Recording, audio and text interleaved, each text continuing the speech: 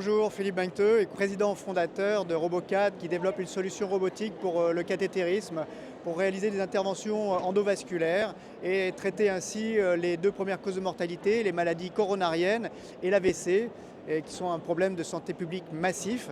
Et donc on permet d'améliorer la prise en charge de ces deux maladies.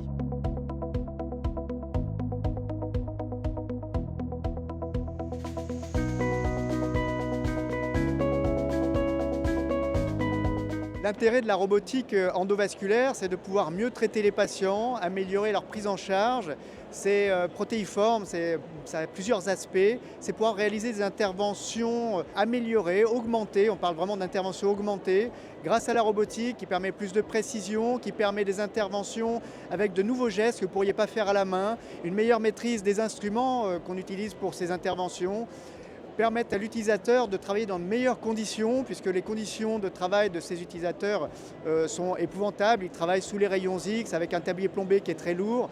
Donc voilà, il y a de nombreux avantages. Par ailleurs, la robotique permet la numérisation des interventions, la numérisation du geste du médecin. Et la numérisation du geste médecin apporte de nombreux intérêts, comme le fait de pouvoir travailler à distance et permettre aux médecins de travailler dans de bonnes conditions d'une part, d'être plus efficient, pouvoir traiter un plus grand nombre de patients et pouvoir adresser les patients dans des déserts médicaux à distance.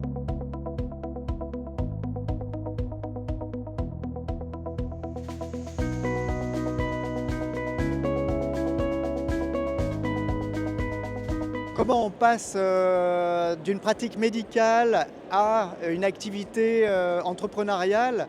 Ça vient du besoin avant tout. J'ai travaillé pendant 1 an dans un hôpital périphérique et j'ai vu des patients mourir parce qu'il n'y avait pas d'experts pour les prendre en charge, pour pouvoir faire un geste d'hémostase sur un choc hémorragique, faire une embolisation, une artère qui saigne, ou pour pouvoir au contraire déboucher une artère dans le cadre d'un AVC ou ce genre de choses.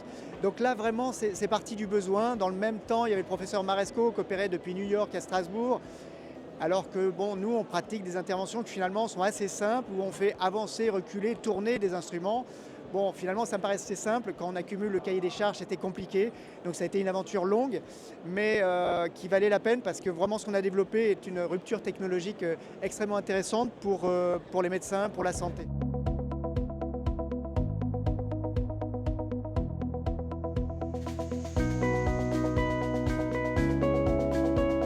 La téléintervention, les interventions télérobotiques, c'est un enjeu de santé derrière qui est extrêmement important. De quoi on parle? On parle de l'AVC, typiquement. Il y en a d'autres, il y a d'autres aspects, mais l'AVC, si vous voulez, aujourd'hui, il y a seulement 2,8% de la population mondiale qui a accès en fait au meilleur traitement endovasculaire pour aller retirer un caillot par voie endovasculaire.